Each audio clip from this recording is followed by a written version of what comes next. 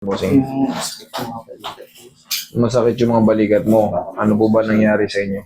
Natutulog ako sa kaliwat kanan. Kaliwat ka ng tulog pero never kayong nadulas, yung mga parang nabaldog. Wala kayong mga opera before? Wala. Okay, wala kayong mga, hindi kayo diabetic o diabetic? Okay, sige. Hindi ako pag yung nagde-drive ako, pag hirap ako tumayo. Sige. Pero, yun nga, ang mahalaga, wala kayong mga disgrasya. Sige. Ito lang, sir. Ano ba ang sagot dito? Kasi, pag diabetic, sabi nga ng doktor, bibisitahin tayo. 90% sa inyo, bibisitahin kayo ng mga frozen shoulder. So, paano tayo makakaiwas kung 90% pala, bibisitahin kami? Siyempre, ang i-address natin, yung mismong diabetic. Anong sagot sa diabetic? Siyempre, sa edad nyo, malamang nagme-maintenance na rin kayo kahit paano. Magpapapawis. Regular lang. Hindi nyo kailangan magtatatakbo. Walking lang, kayang tanggalin, sabi ng doktor. Basta consistent. Nagpapawis kayo ngayon, bukas ulit. Susunod ulit. Kasi hindi yan over the night. Yung, uy, nagpawisan ako, hindi na ako diabetic. Hindi. Kailangan consistent talaga. Op, matigas. Itong mas matigas. Left and right. Ito, sir, kasagsagan ng medyo malaking hihing nito mo. Ilang buwan na ito? O ilang buwan yan, ilang buwan to? 3. Sa kabila. Parang ganun din siya.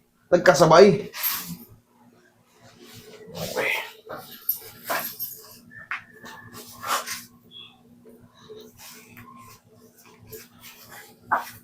Ito, sir, itong kaliwa, maaring hindi pa ito ma-perfect maangat.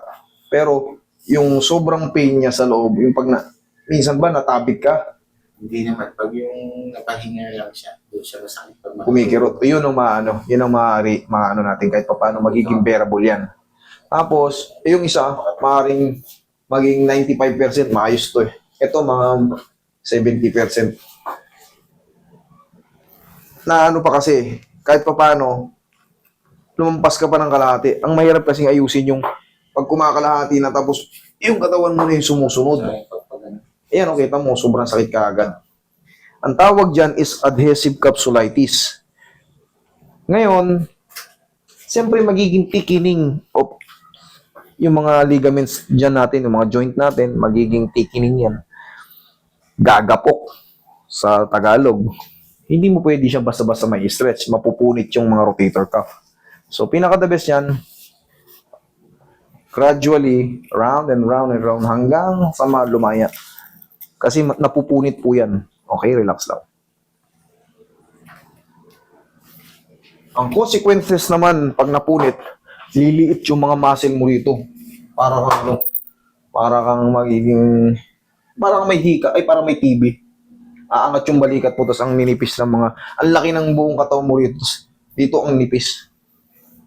Palambutin ko muna. Yan, no? Patulad niya, no? Irregular yung tubo niyan. Ito naman, ito medyo konti pa. Pero ito, laki nito. Yan yung mga tinatawag na stiff muscle. Hindi kaya ano to, hindi kaya ng ordinaryong haplos. Kailangan to baguhin yung position ng head humerus. Ito kailangan mabago diyan.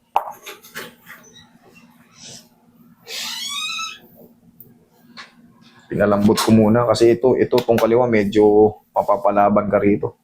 May baon ba kayo 10 kilo lang sa loob?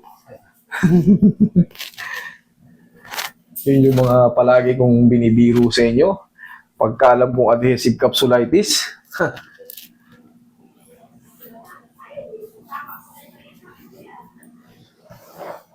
Dapa ka, sir. Dapa ka muna. Palambutin ko muna. Bago tayo lumaban sa finals. Kasama nyo ba yun si ano? Pangalan ni? Saan lalaki yan? Pangalan si Eric? Kasama nyo ba yun? Ay, hindi. Relax lang.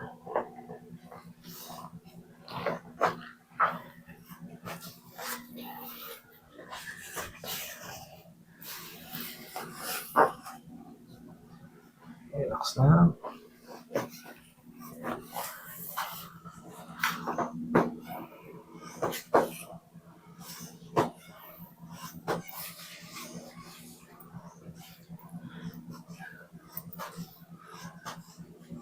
Roy, masas mo na rin yung balakang ni bossing. Diyan ka lang, sir, ha?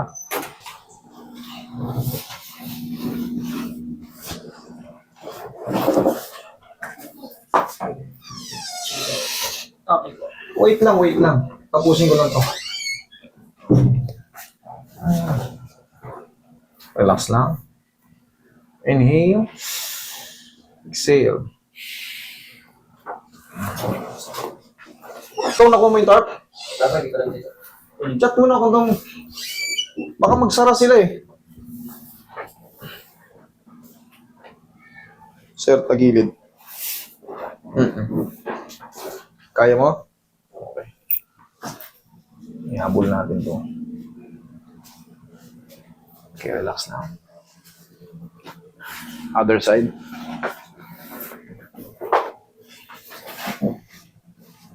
Straight mo yung nasa ilalim. Yung, thank you. Sige, upo.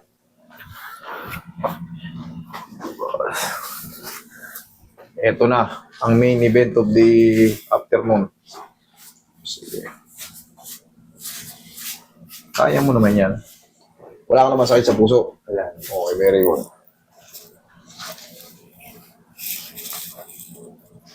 Kaya? Okay.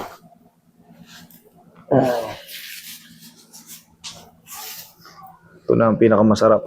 Sige, sigaw mo lang ng dar na yan. Thank you. Ha! Kaya?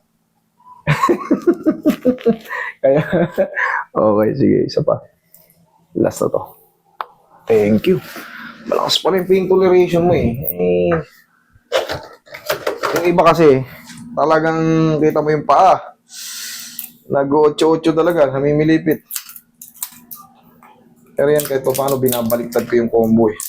Tapos sundan mo ng pow. Bumili kayo ng pauser ha. Yan ang mga, pagka makirot siya, minsan kasi nakakakain tayo ng bawal eh.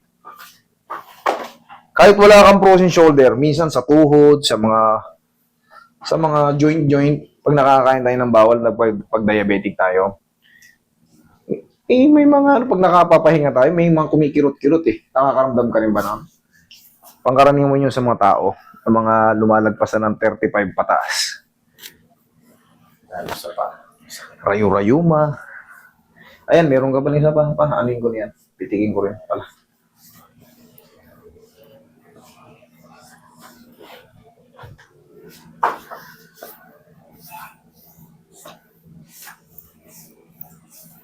Tihaya, sir. Anuin ko rin yung tuhod mo.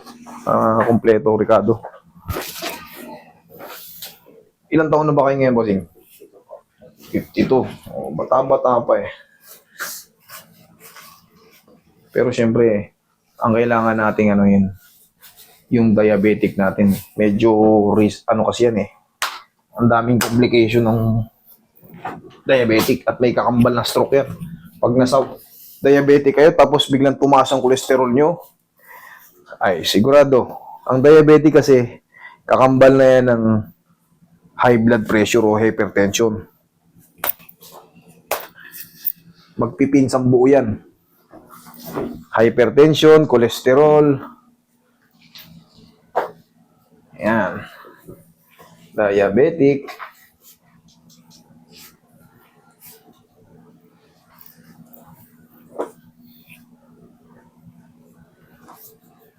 Nakakaramdam ka rin dito, no? Minsan, no, pagka, no, pag yung magpapahinga ka, parang may kumikirot-kirot siya. Pero haplusan nyo lang ng paw yan, malaking tulong yung paw, maniwala kayo sa akin. Kasi, safe din naman yan.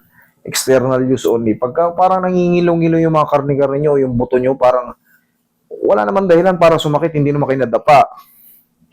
Baka nirarayo-rayo arthritis kayo. Bukan nyo yung paw.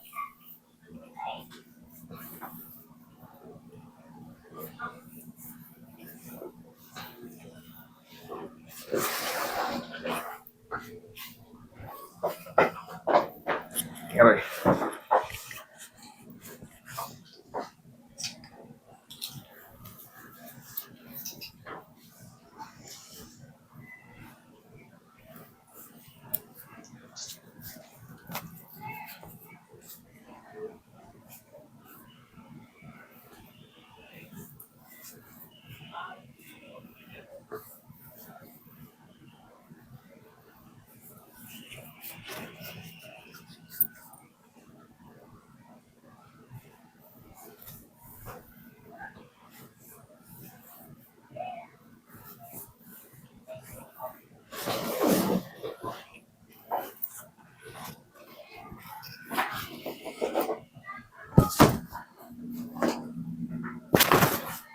Sige sir, upo. Check upin na natin. Tignan natin, ito kanina medyo lampas kalahati. Ito kalahati. Ayan, kahit pa paano, ito medyo 95% na gaya ng sabi ko. Pero sir, meron pa rin tightness. Alam mo na ang kasunod dyan yung mga tinuturo ko. Okay? Babalik ko pa po. Pwedeng hindi na, pwedeng ibalik nyo. Pagka kayo hindi nyo ma-manage, sa akin nyo pa-handle kasi iba pa rin yung may knowledge. Pero siyempre, pag kaya nyo na i-handle na less na yung pain, sundan nyo lang palagi ng ganito. After nyo maganto, haplusin nyo ng pao. Ayan o. Kanina, ganyan lang. Ouch! Ngayon, abot mo na yung ulo mo. Pero, siyempre, gaya nga na sinabi ko, may swelling pa yan sa loob, sir. Yung pinaka-trauma niya, gradually, mapipino rin yan. Tapos, tulong ng stretching. Okay? Thank you so much. Salamat sa